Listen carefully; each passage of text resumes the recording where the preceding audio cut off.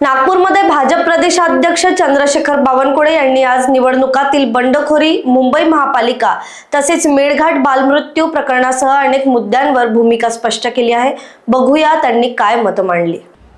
जे अपक्ष लढतायत त्यांना आमचे त्या भागातील प्रभारी, जिल्ह्यातील प्रभारी सर्वांशी संवाद करणार आहे आणि मला विश्वास आहे की विड्रॉ पर्यंत, फॉर्म वापस घेतपर्यंत सर्व अर्ज, अपक्षाचे अर्ज जे आमच्या पक्षाचे अपक्ष भरलेले आहेत नाराज होऊन, ते आम्ही परत घेऊ। त्यांना आम्ही विनंती करू। शेवटी एका पदावर एका वेळी एकच व्यक्तीची निवड होतं, त्यामुळे निवड प्रक्रियेमध्ये एखाद्याला न्याय मिळतो, एखाद्याला मिळत नाही। पण मला विश्वास आहे की भारतीय जनता पार्टीचा कार्यकर्ता हा पक्षाकरता समर्पित आहे, तो त्या ठिकाणी आपली अपक्ष उमेदवारी परत घेईल।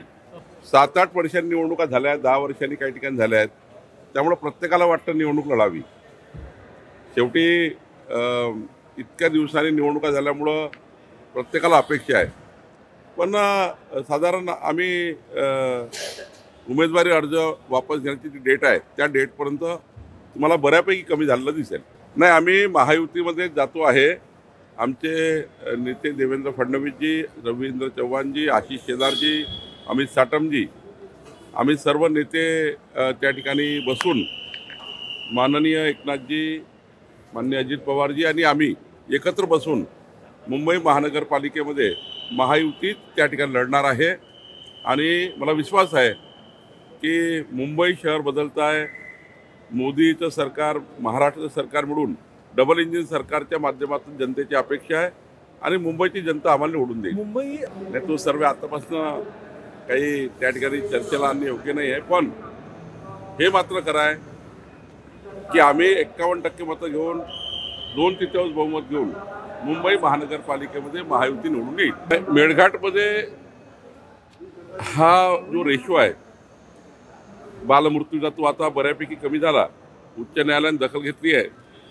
आम्ही या ठिकाणी खूप प्रयत्न करतो आहे, पण कालपेक्षा आज थोडा कमी आहे। म्हणजे कालांतराने, म्हणजे 4-5 वर्षापूर्वी जर विचार केला, काल म्हणजे ज्याला म्हणतो आपण, काही वर्षापूर्वी तो आता जास्त होता, आता कमी होत चालला आहे। पण हे काही भूषवणावं नाही आहे। आम्ही आता ते शून्य करण्याच्या मागे लागलेलो आहे। मला विश्वास आहे की त्या बाजूने आमचे जिल्हाधिकारी आणि आमची टीम पूर्ण काम करत आहे। लवकरच यामध्ये पुढचा काळ चांगला येईल। असं आहे की जेव्हा आपण एखादी नोटीस देतो, ती पहिली नोटीस, दुसरी नोटीस, तिसरी नोटीस नियमाने द्यावं लागतं। असं नाही आहे की पहिल्याच नोटीसमध्ये आपण निर्णय घेतो, पण नोटीस त्यांना दिलेली आहे, मुदतवाढ दिलेली आहे, ती तर कायद्यामध्ये आहे। एक मुदतवाढ द्यावी लागतं, दुसरी मुदतवाढ द्यावी लागतं आणि मग पुढची कारवाई करावी लागतं। मला वाटतं की त्या नियमाने त्यांनी मुदतवाढ दिली आहे। Bureau report, Lokvahini media, Nagpur.